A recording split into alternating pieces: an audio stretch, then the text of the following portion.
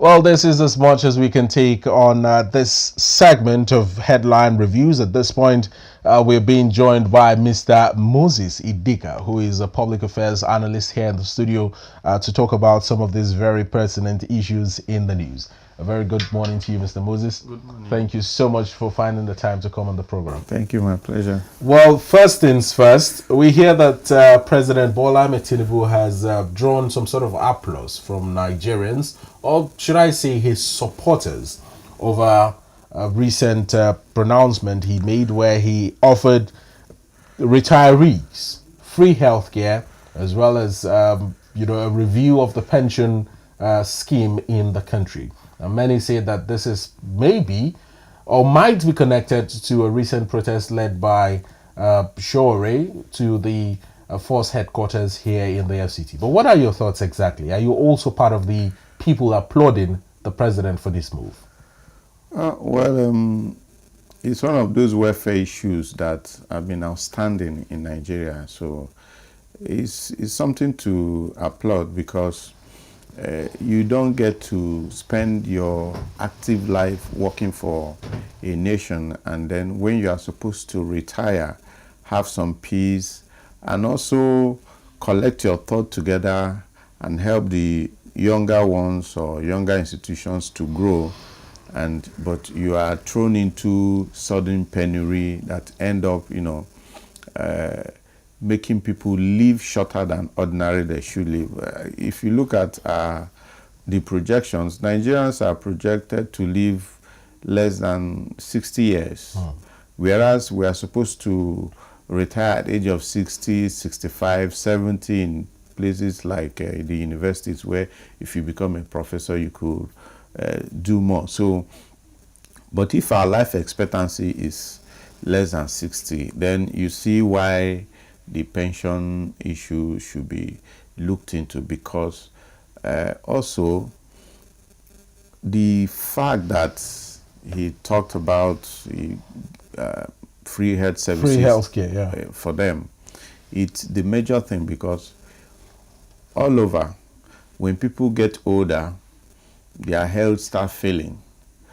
But aside from this free healthcare service to retirees, the other aspect, and which is the key to the success of the free healthcare, is can the hospitals work? If you can get the hospitals to work, then the service would have been beneficial to those who is supposed to benefit, because a lot of Nigerians die of misdiagnosis in our hospitals. People, the healthcare equipment are outdated. Of course, we struggle with power problems in everywhere. We've heard stories where people in the theater lose their lives because there's a power outage. So in granting them these free healthcare services, the hospitals must also work for the free healthcare service to work. Of course, it goes, if the hospitals work, it means we can retain our medical staff too, because our nurses, our doctors, radiographers, all health workers, physiotherapy, they are all leaving the system. They are all traveling abroad, because most times you realize that a lot of the doctors or healthcare workers, they are not disillusioned with their job primarily because of welfare issues, but because of the condition under which they work. They are not at their best productive mode because the system that they operate on cannot allow them to. Now, the president had ordered PENCOM and PTAD to implement a 20% increase in the pension. However, it's not just about issuing orders to these agencies to implement, but rather given a proper breakdown of how the implementation process will be, when it will be, even the free healthcare services that will be offered to retirees who might not be able to afford certain healthcare services, whether or not they are under the NHIS. Do you have any idea when all of these orders issued out by Mr. President will start being rolled out and being implemented in the country? Well, that's usually the issue with our government pronouncements. Yes. A lot of pronouncements are made, but the implementation becomes a problem. And mind you, before now, PENCOM has always been there, but sometimes you find out that people go through so much stress try to get their pension. In the private sector, with the contributory pension scheme, Yes. you find out that people can actually determine how much their pension is going to be. But in the public service, a lot of people complain of the more you look, the less you see. Oh. So each time our government makes pronouncements, we celebrated in the media, but 6 months down the line, sometimes a year or two down the line, you find out that it has not been actioned. So this time around, because these retirees, their days seem to be numbered because they are aging, the government must necessarily action the plan in such a way that in the next few weeks, PENCOM can come out openly and tell us that based on Mr. President's pronouncement, this is where we are now. We have started implementation. If you were on 50,000 stipend before, you now have 65 or 70,000, so that monthly. So people can then know exactly what to expect. So I urge the government to go beyond the pronouncement and put this plan into immediate action. Now I understand that the workforce of the country is quite enormous. Even more so, the number of retirees that we have in the country. However, people have sort of, while praises have been showered on the president, some people have heavily criticized the president over his actions or his deeds towards, the Super Falcons, as well as Nigeria's the D-Tigress, Nigeria's female basketball team.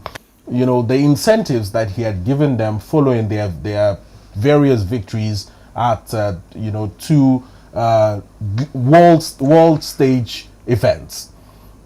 People have said that the president could have at least extended that show of magnanimity to Nigeria's workforce in terms of civil service and also retirees, rather than just a mere 20% increase in pension.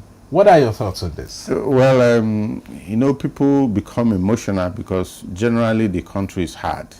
Civil servants, business people, artisans, no one can say he or she is finding it very easy in the last two years. So when the president mentioned that he's awarding cash award of 100,000 naira, that is equivalent to over $100,000. Yeah, $100,000, equivalent of around 150 million naira. So exactly. people look at it like, okay, 150 million per person. If you divide it 1 million naira to individuals, it's like 150 people. But it's not like that. Sports, like other entertainment programs, is different. Also seasonal. Yes, it's also seasonal. And people don't also understand that. There's this diplomatic aspect to some of these things now. What is the diplomatic aspect? The diplomatic aspect is that, like someone said that the real ambassadors of Nigeria these are sports persons, musicians, and people who go out there, despite the bad image we have in Nigeria as a country, corruption, fraud, and all that. These are the kind of people that actually make Nigerians out there feel humanized. And two, for these competitions like this, for each stage you progress to, there are also some point and front end. So it's not like the federal government just gifted them so much money. They have also earned for Nigerian Football Federation. They have earned a lot of money. FIFA pays so much to the federation and that money comes The argument is that civil servants in Nigeria's civil service have also been huge contributors of keeping the country afloat. Retirees have also served the country, given their time, their energy, their youth, their lives to the service of the nation. A recent video surfaced of a retired military officer who had a female military officer who had served for over 30 years.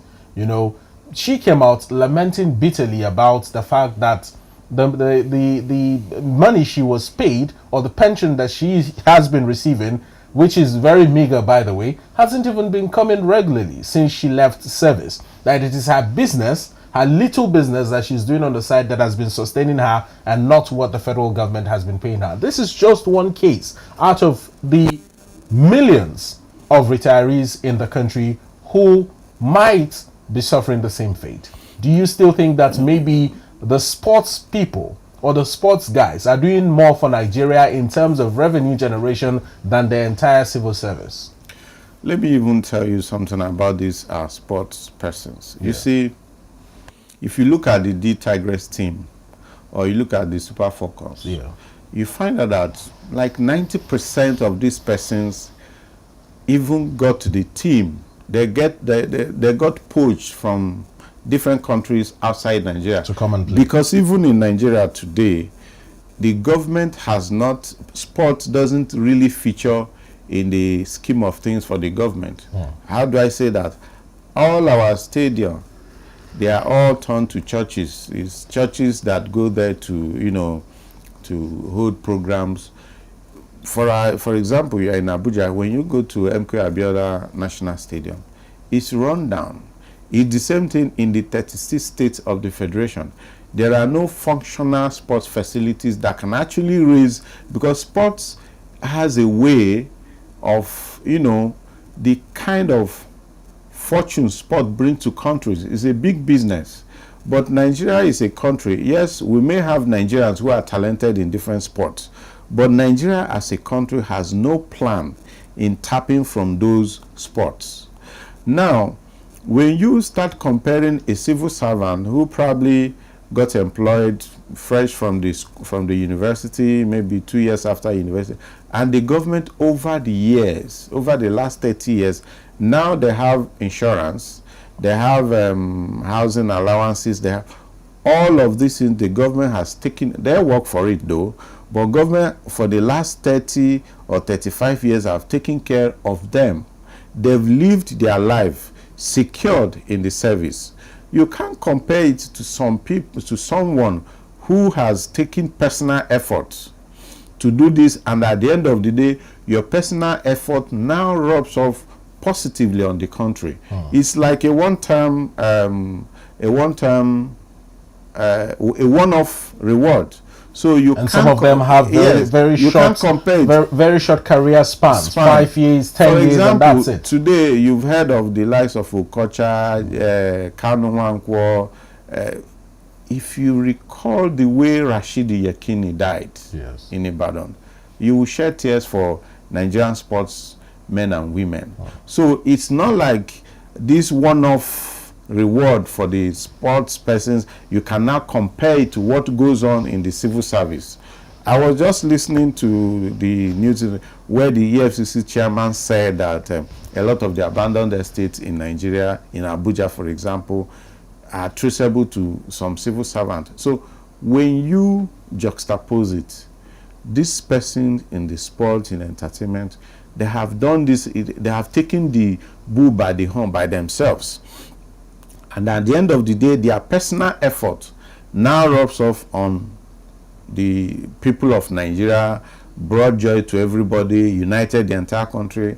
And so their reward, which is one of, like I said, cannot be compared to a standard civil servant. What the civil servant should be talking about is that the civil service itself should be made to work the way it's supposed to work. The civil servants are protected the way no other Nigerian is protected. So, and sometimes too, the civil servants themselves are also the problem. They are part of the major problem of the country. So it is neither here nor there. They cannot compare themselves to sports persons. Mr. Moses, I like your last statement where you had mentioned that the civil servants sometimes are also part of the problems in the country. Now, an institution that has been heavily criticized for being, if not the most, but one of the most corrupt institutions in the country is the Nigeria Police Force. It is a known fact. Yeah. These are, you know, criticisms that have come from right, left, and center from different Nigerians on social media, in print media, on television. Everywhere you go, it's the same story. However, this same institution, you know, was protested for by an organization that is led by a human rights activist. Now, what was the protest about? For better welfare, better salary, better pension scheme for the Nigeria Police Force, right? However, the president has asked PENCOM to resolve this long-standing pension issue. In your opinion, Mr. Moses, are you part of the people that will say, oh, the Nigeria Police Force is corrupt, and all the monies that they have perhaps taken from Nigerians in one way or the other should cover for retirees' pension? Or are you also part of the people that will say, really, the Nigeria Police Force should be well compensated by the federal government for the good works that they have been doing? What party do you fall under? Well, I'd rather be in the middle, in that. Why so? All over the world, there are bad eggs in the police. Yes. There are also some good police personnel. And the idea of a police as an institution also gives some level of confidence, stability to the society and in the society. If, for example, the Nigerian police, corrupt as they are, decide to down tools today, a lot of people won't go out there. Those who have vehicles won't go out of their houses with their vehicles. A lot of people will not go to their places of business for fear of the uncertainty that may befall them because the Nigerian police is not there. That said, the police, yes, we understand the police as the most corrupt institution in Nigeria. A lot of people have said so, even sometimes, even though there may not be hard facts to back it up. Yes. You understand? But it is a perception, something. By many. Yeah, by many. Yes. But why is the Nigerian police so? The Nigerian police is so not because the rank and file that we interact with the most, who are perceived as the police you see, and as the most corrupt. As the most corrupt. They have been thrown into that condition by their bosses. In what way? Let me tell you. Do you know, or did you know that it is only in Nigeria that police personnel, they kit themselves. If you listen to an average policeman, the uniform he's wearing, he bought it. By himself. By himself. His boots, his belt, I mean, his vest. Most security agencies in the country, if not all, also go through the same thing. Now, where the individuals being recruited have to buy their uniforms, have to buy their boots by themselves. No. I don't think. I think in the army, in the military, it's not. The army provides that. It's not so. In the police, it's also provided for. It is the corruption we are talking about that that has gotten the police to that level. Did you also know that every police patrol van has a certain predetermined quantity of fuel that it should get to cover a certain radius of time and distance? But it is not so. That is why they extort Nigerians on the streets, put some fuel, and then carry on their duty. Carry on. That is an average police van in Nigeria cannot chase after criminal. You can't find any police van anywhere that has quarter tank of fuel in that vehicle. Now, these are very strong claims. Of course, but an average policeman will tell you so. You can hardly go to any police division and you see a record that Inspector so is going on patrol. He has come to sign for this quantity of fuel, and there is a fuel dump in the police division where he gets that quantity of fuel. It's not so. When you have a system like that, the level of productivity you expect cannot be there. Now, taking it to Showore, the protest, of course, it's a lesson to the police, because Showore is one of the most harassed Nigerians ever. I can't count the number of time he has been detained by the Nigerian. He's currently in police custody. Invited for an interrogatory you invited session. him and then you detain him. Tomorrow they are going to probably one trump up charge and he's detained. He spent months in DSS detention. His passport has been seized several times. So it is still the same Showore that has led other activists to get attention for the police retirees, because an average policeman who is still in service, who has his arms with him, feels he is superior to other Nigerians. But we also, let me remind you, there was a video that surfaced online some time ago where a policeman just retired like that day. His former colleagues, including his juniors, were booing him to go out of the premises because he is no longer a policeman. So within the system, the police itself must necessarily reform from within. That is the only time the image of the police can change. Now, was there any particular reason why he was being booed? Was he not conforming to the corrupt system that is perceived of the police, or what was the situation like? From what we gathered, it was one of those officers that, didn't allow the work to be done the way it should be done, by protecting the junior ones, giving them their dues and all that, because that is what breeds this corruption. Because in the military and paramilitary, you obey the last order. Yes. You can hardly argue with your seniors and all that.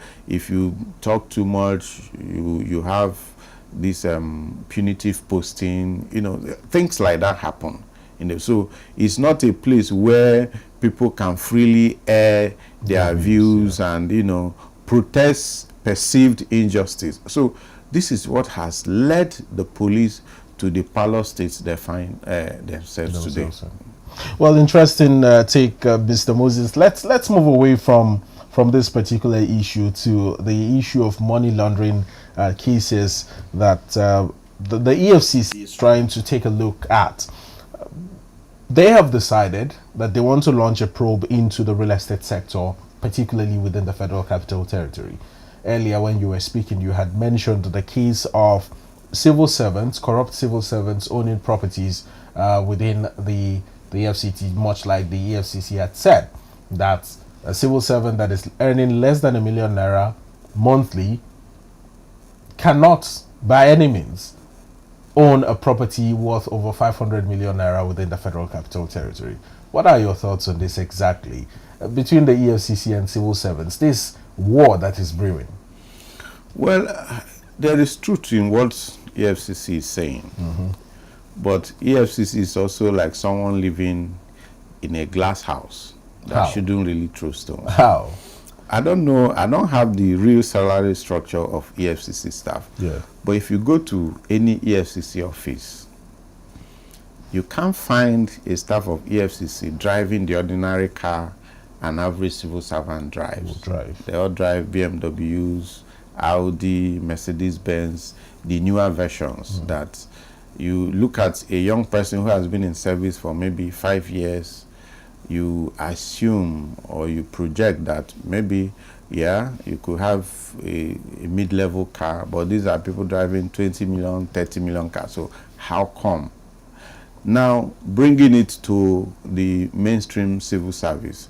Yes, there was a time that a woman was paraded by, I think, by the same either EFCC or ICPC, a civil servant whose the kind of money they found in her account is as if he was a director in Dangote, Meanwhile, she was a low level civil servant. Now, in this Abuja, there's a popular property, real estate, this and that, was reputed to be owned by one of the then called Super PAMSECs.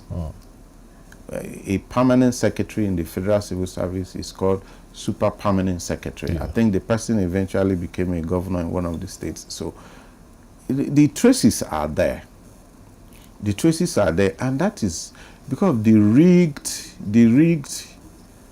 system where you need to get to certain when you get to certain positions, you can do all manner of magic, and suddenly people become millionaires.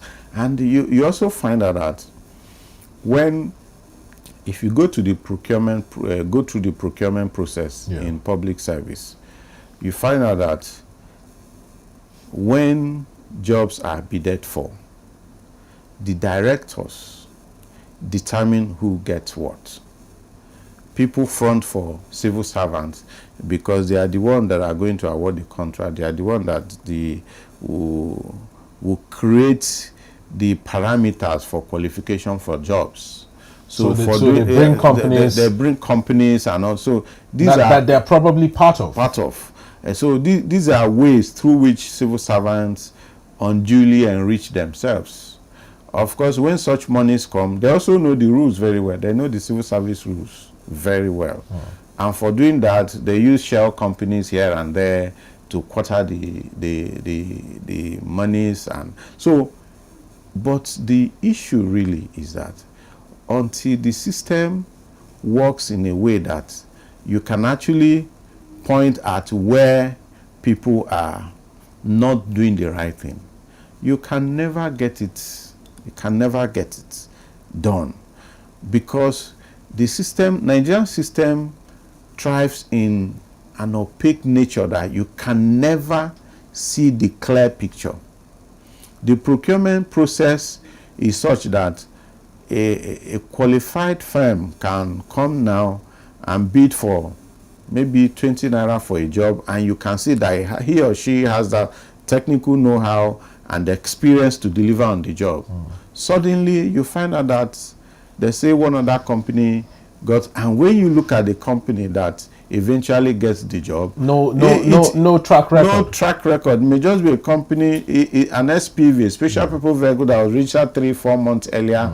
They make sure that they meet that minimum paper standard and requirements. And that is why a lot of jobs don't get done. And why they don't get done, because the same persons that gave the jobs, they've taken percentages here and there, and they will tell you they are the ones that will give you this certificate they generate. They are the ones that will generate the certificate for payment for you. And when they generate it, because they are involved, the oversight aspect of the whole thing is bungle. They can't bungle, because at the end of the day, if you have to do a thorough job, it comes back to them. So even if you don't do a thorough job, they can't hold you accountable because they're complicit. Yes. Some years back, as a reporter in a newspaper, I went for what do you call it now? Site inspection for a rural road project. Now, when we got to the place, we saw a heap of sand. They say they are building.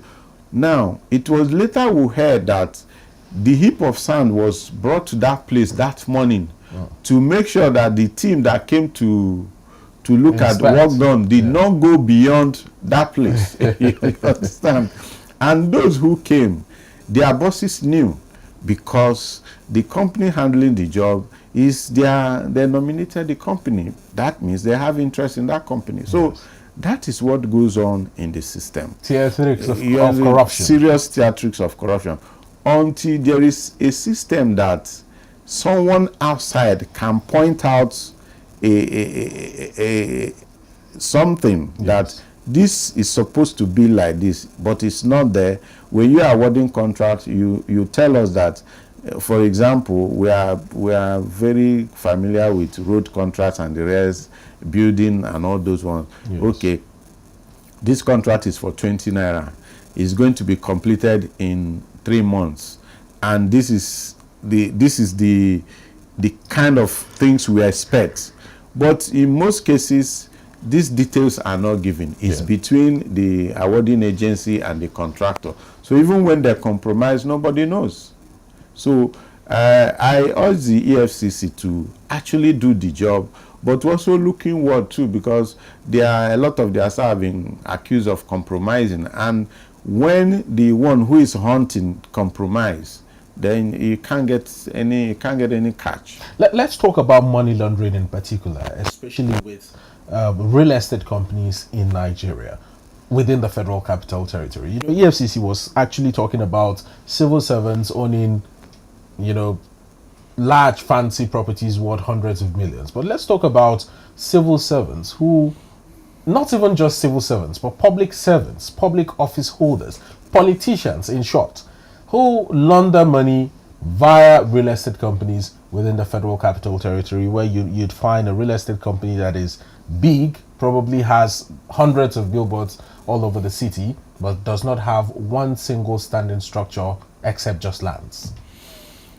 Well, the government itself started it. How? There was some time in the last government where they say there's this swap, I remember the name, where the government will allocate land to a certain company, provide basic amenities like access road, and the company is expected to develop that piece of land. But you find out it became a thing of patronage. Suddenly, real estate companies sprang up. Just when they get the land, what they are concerned about is to get the land. They get the land, they start selling the land on paper. Yes. They start collecting money from people. That is where the fraud started.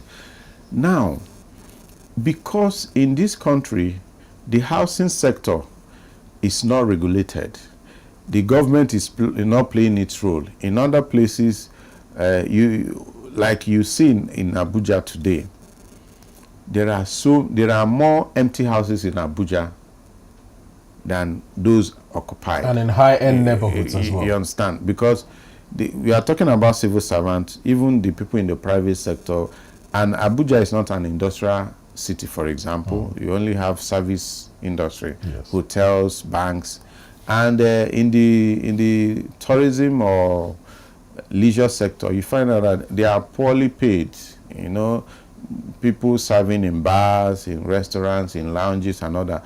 Those are the majority of the people you see in Abuja. The rest are civil servants. And now, these are the same set of people that you are building humongous houses for. They can't afford it. Everybody lives in Niger or Nasarawa State. Or in villages, as they call it. Adjoining villages, you know, that they get threatened with for demolition every now and then. So, but assuming that the government has a housing policy where it can even provide housing for its own workers, the civil servant. If the government can provide houses for civil servant, then perhaps the fraud ongoing in the real estate sector won't be, because you find out that the civil servant themselves are the praise of these people, because they are the ones who have a kind of sure banker kind of salaries that, okay, you can deposit. They all have cooperative, they borrow 3 million, 2 million, they pay for certain land. And so most times you find out that they just take money and then give out to some fraudulent persons in the name of real estate. They print very glossy pamphlets. This is how they put, and you know that this thing is perhaps too good to be true. But because of the system we find ourselves, because Abuja is a place where it is not the amount of effort you put in. They say is the persons you know. You can leave Abuja, you can leave your house in the morning with 1,000 naira and come back with 50 million naira. 50 million. Just meet the right person who has the power of the pen in Abuja. So when this thing is going on, the money laundering aspect of it, yes, politicians, real estate is a sector that is now thriving in Abuja. And it's business for the politician. We've seen places where even states, if you have lump sum money to pay teachers, for example, perhaps maybe it's ₦1 billion. We've seen cases where the persons in the authority of that 1 billion takes down lump sum money, puts it in a fixed deposit for maybe a 90-day period, and it earns him 200 million naira. And then the person they are supposed to pay, they are telling them they are processing. After the money matures and they make their cut, then it's paid. So these are things that fuel the money laundering cases we'll see, because government finances are not properly regulated in such a way that if money is released for this table, we know that this money is released for this table and it gets done. Government funds in Nigeria goes through series of bureaucratic bottlenecks that you don't know when it is being held for selfish reasons and when it's being genuinely held for administrative, you know. So that is the system we run. Because one, our system, that is why we keep saying that make this thing electronic, digitize the system so that if it goes here, it goes there. Necessarily, it moves to the